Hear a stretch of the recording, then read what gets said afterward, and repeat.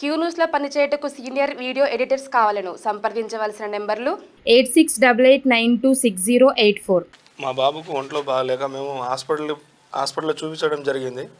అయితే ఆయనకు రక్త హాస్పిటల్ చిన్న హాస్పిటల్ అక్కడ మేడ్చల్లో మాది మేడ్చల్. అయితే మేడ్చల్లో చూపించడం జరిగింది. ఆయనకు ఐఎన్ఆర్ కొద్దిగా ఎక్కువ ఉందంటే మేము కొంపల్లో అడ్మిట్ చేయడం జరిగింది. ఆ కొంపల్లో అడ్మిట్ చేసినప్పుడు ఒక 5 రోజులు అబ్జర్వేషన్లో పెట్టి ఆయనకు తగ్గట్లేదు, ఐఎన్ఆర్ తగ్గట్లేదు అని చెప్పేసి రెయిన్బో హాస్పిటల్ రాసియడం జరిగింది. అయితే అక్కడ ఉన్న ప్రశాంత్ భజన సార్ వచ్చేసి ఆయన మా బాబుకు చూసి 2 రోజుల్లో పంపించేస్తాను ముందు చెప్పేసి ఆ తర్వాత ఐసీయూలో షిఫ్ట్ చేసిర్రు. అబ్జర్వేషన్లో పెట్టి 8 రోజుల లోపల బాబు కండిషన్ చాలా ఇదైపోయింది. ఆయనకు మొత్తం బ్లడ్ అసలు లివర్ పని చేయకుండా పోయింది. అయితే సార్ దానికి లివర్ ట్రాన్స్ప్లాంట్ చేయాలని చెప్తే మాకు మా బాబుకు సూట్ కాగా మా బొమ్మడిది సురేష్ అని ఆయనది సూట్ అయితే ఆయనది చేయించడం జరిగింది. ఆయన డొనేట్ చేయడం జరిగింది. లివర్ ట్రాన్స్ప్లాంట్ జరిగింది. అయితే ఆ లివర్ ట్రాన్స్ప్లాంట్ 12 సంవత్సరాల బాబు మాకు. అయితే లివర్ ట్రాన్స్ప్లాంట్ కాకముందే ఆయనకు 22 లక్షలు అయిపోయినాయి. అయితే లివర్ ట్రాన్స్ప్లాంట్కి ఎంత ఏదైనా అడిగగా 22 లక్షల ప్యాకేజ్ అది 10-12 లక్షలు మీ దగ్గర ఉంటే సరిపోతుంది, అది మీరు బయటపడవచ్చు అని చెప్పడం జరిగింది డాక్టర్లు. మిగతా పైసలు మేము మొత్తం డోనర్స్కి డోనర్ దగ్గర కనెక్ట్ చేస్తామని చెప్పారు. కలెక్ట్ చేస్తామని చెప్పేసి మళ్ళీ మా బొమ్మడిదికి 7 రోజులు డిశ్చార్జ్ చేశారు. ఆ డిశ్చార్జ్ టైంలో మొత్తం 15 లక్షలు మొత్తం కడితేనే డిశ్చార్జ్ చేస్తామన్నారు. ప్యాకేజ్ సంబంధించిన మొత్తం డబ్బులు కట్టించుకున్నారు. మళ్ళీ 15 లక్షలు కట్టించుకున్న తర్వాత మా బాబు ఇప్పుడు వీళ్ళ పరిస్థితి చూస్తే మా బాబుకు 22 రోజుల తర్వాత డిశ్చార్జ్ చేసామనే టైంలో 2 రోజుల ముందు ఆయనకు జ్వరం రావడం జరిగింది.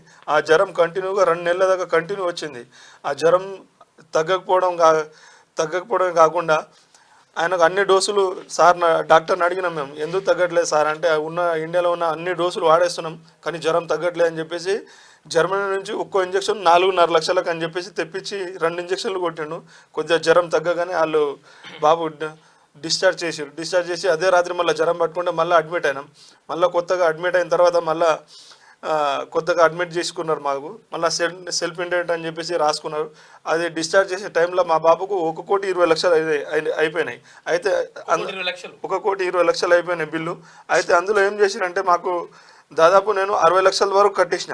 60 లక్షల వరకు కట్టినప్పుడు కట్టేసరికి మిగతా పైసలు నా దగ్గర లేవు సార్ అని చెప్పేసరికి వాళ్ళు డొనేట్ చేసి మళ్ళీ మెగా గ్రూప్స్ వాళ్ళ దగ్గర, బజాజ్ ఎలక్ట్రికల్ వాళ్ళ దగ్గర మళ్ళీ కొంతవరకు అది లోపల ఉన్న డాక్టర్లు హెల్ప్ చేసి మొత్తం 22 లక్షలు కలెక్ట్ చేసి వాళ్ళు మిగతా 30 లక్షలు కట్టమంటే నా దగ్గర లేవు సార్, నా ఉన్న ఇల్లు అమ్ముకున్నాను, నా దగ్గర లేదు, ఏం డబ్బులు లేవు అంటే వాళ్ళు అదే ఆదివారం మొన్న ఒక 30 తారీఖు డిశ్చార్జ్ చేశారు. మళ్ళీ 1వ తారీఖు మళ్ళీ మా బాబు అదే 30 తారీఖు మళ్ళీ జ్వరం రావడం వల్ల మళ్ళీ 1వ తారీఖు మళ్ళీ జాయిన్ అయిపోయిన అందులోనే మళ్ళీ కొత్తగా అడ్మిట్ చేసి సెల్ఫ్ ఇండెంట్ అని పెట్టారు. మళ్ళీ 2 రోజుల తర్వాత ఉంచి అబ్జర్వేషన్లో పెట్టి మీ బాబుకు మళ్ళీ లంగ్స్లో చీము వచ్చింది, చీము రావడం వల్ల మళ్ళీ సర్జరీ చేయాలి, అప్పుడు బతుకుతే లేకపోతే చేస్తాడన్న మాట చెప్పి రాళ్ళు. రెయిన్బో ఎక్కడ బ్రాంచ్ ఇది? Road number 2 Banjara.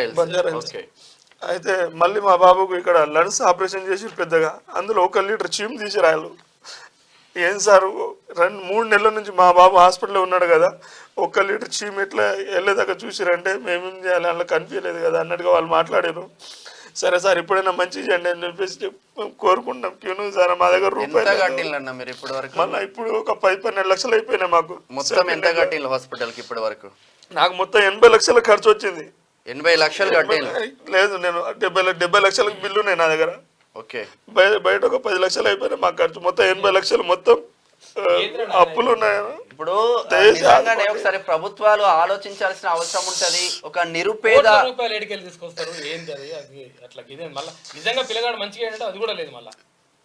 ఇటువంటి వాళ్ళకి కదా ఉచిత వైద్యం అందాలి. ఇటువంటి సమస్యల పైన పోరాటం ఉండదు. ఎక్కడి నుంచి తీసుకొస్తాడు? ఇల్లులు అమ్ముకొని, భూములు అమ్ముకొని, జాగాలు అమ్ముకొని పిల్లగాన్ని బతికించుదామని హాస్పిటల్కి పోతే కోట్లు బిల్లులు వేస్తా ఉంటే ఎటు పోవాలి పేదోడు?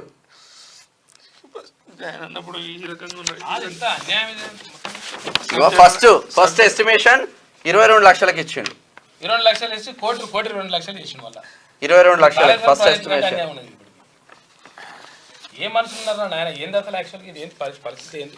అప్పుడు పేదోళ్ళకు సర్జరీ అన్న లివర్ సర్జరీ అన్నప్పుడు ఈ స్టేజ్లో ఉన్నాడు మా బాబు. ఇప్పుడు మళ్ళీ జాయిన్ అన్నప్పుడు ఈ స్టేజ్లోకి వచ్చేసిండు. ఏం చేయాలి ఆదుకోండి మీరు. ఈడ చూడన్న 44,96,497 రూపాయలు. కోట్లు ఏ నుంచి తీసుకొచ్చి కడతారు? ఏ మనిషి ఉన్నారా నాయన అసలు? హాస్పిటల్స్ కూడా మానవత్వం లేకుండా పోతుంది. డబ్బులు ఉంటే చాలు. ఆదుకుంటాను. ఇప్పుడు సెల్ఫ్ ఇంటెంట్ అని చెప్పేసి వాళ్ళు చేతిలో బిల్లులు పెడుతున్నారు. బ్లడ్ టెస్ట్ దానికి రోజుకు వచ్చేసి మాకు 50,000 దాకా ఖర్చు వస్తుంది. వైద్య ఆరోగ్య శాఖ మంత్రి దామోదర రాజనరసింహ గారు కూడా స్పందించాలి. తర్వాత మిమ్మల్ని కలుస్తారు దయచేసి. ఎందుకంటే ఇటువంటి వాళ్ళకి హెల్ప్ చేయండి, చాలా ఇంపార్టెంట్ ఇది. ఎందుకంటే కోట్ల రూపాయలు పేదలు ఎట్లా ఎక్కడి నుంచి తీసుకొస్తారో ఇంకా. నిజంగా ఇటువంటి పేద బిడ్డలకు మాత్రం 100% ఆదుకోవాల్సిన అవసరం ప్రభుత్వం పైన ఉంటది. ఆరోగ్య శాఖ మంత్రి గారు దామోదర రాజనరసింహ గారు, మీరు కొంచెం ఇనిషియేట్ తీసుకోండి. ఇటువంటి పేద బిడ్డలు బ్రతికితే నిజంగా దాతలు ఉన్నా కూడా కొంచెం వీళ్ళకి చాలా హెల్ప్ చేయండి. చాలా సిచ్యువేషన్, దారుణమైన సిచ్యువేషన్. ₹1,00,00,000 ఒక పేదవాడు ఎక్కడి నుంచి తీసుకొస్తాడు? ఉన్న ఇల్లు అమ్ముకొని, జాగాలు అమ్ముకొని. ఎవరైనా కొంచెం సహాయం చేసి ఉంటే ఎంతో కొంత సహాయం చేయండి. పాప మా బాబుని కాపాడండి. ఇప్పటికే ఆ లంగల్ మొత్తం కూడా పైసలు ఖతం చేసి పడేసింది. నిజంగా గూగుల్ పే ఉందా? మోహన్ నాయక్, అన్న పేరు మోహన్ నాయక్, మేడ్చల్ దగ్గర తాండా. నిజంగా మీరు హెల్ప్ చేయండి. 03074233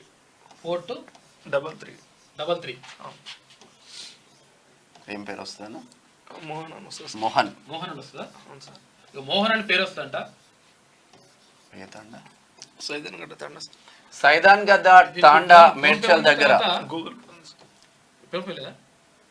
ఫోన్ పే లేదా? ఫోన్ పే ఉంది, గూగుల్ పే ఉంది. గూగుల్ పే మా అబ్బాయి పేరు వస్తుంది సార్, శ్రీశాంత్. ఇక గూగుల్ పేలోనేమో శ్రీశాంత్ అని వస్తుందంట. వాళ్ళ అబ్బాయి పేరు? మా అబ్బాయి పేరు సార్ శ్రీశాంత్ అని వస్తుంది గూగుల్ పేలో. తర్వాత ఫోన్ పేలో ఇది మోహన్ అని వస్తుంది. దయచేసి ఎవరన్నా అంటే ఏమనిపిస్తుంది అన్న, అంటే ఇప్పుడు మీ అబ్బాయికి ఇంత సిచ్యువేషన్ ఉంది కదా, ప్రభుత్వాలు ఉచితాలు ఆ ఉచితం ఇస్తాం ఈ ఉచితం ఇస్తామని చేస్తా ఉంటారు ఎన్నికలు వచ్చినప్పుడు. ఇప్పుడు ఒక పేదవాడికి ఇటువంటి పరిస్థితి వస్తే నువ్వే అనుభవిస్తావు. ఏమనిపిస్తుంది? ప్రభుత్వానికి ఏం చెప్పదలుచుకున్నావు ఒకసారి చెప్పండి. నేను చెప్పేది ఒకటే సార్, నాకు వచ్చిన పరిస్థితి ఎవరికి రాకూడదు. మా అబ్బాయి చాలా క్లాస్ ఫస్ట్ వస్తాడు సార్, బాగా చదువుతాడు. అటువంటి అబ్బాయిని కోల్పోతున్నామా? డాక్టర్లు కూడా భరోసా ఇవ్వలేకపోతున్నారు. మాకు ఒకటి అనిపిస్తుంది, వారితో పాటు మేము కూడా చాలా అనిపిస్తుంది.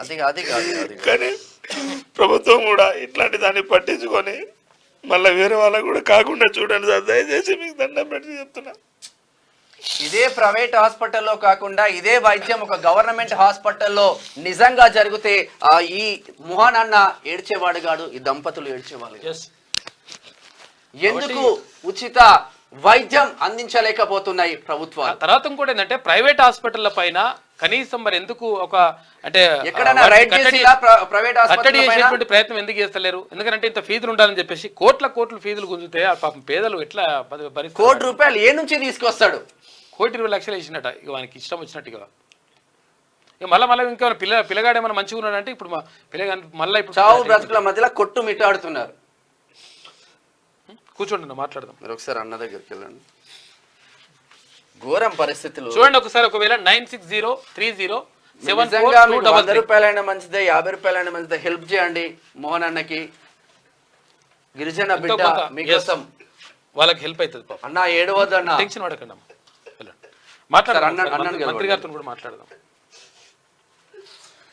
దారుణమైన పరిస్థితులు భరత్. ఇక మోహన్ అన్న ఏడవద్దు.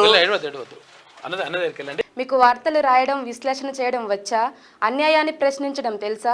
ఇంకెందుకు ఆలస్యం? క్యూ న్యూస్ మిమ్మల్ని ఆహ్వానిస్తుంది. క్యూ న్యూస్లో పనిచేయడానికి అనుభవం గల కంటెంట్ రైటర్స్ కావాలను సంప్రదించవలసిన నెంబర్లు 8688926084.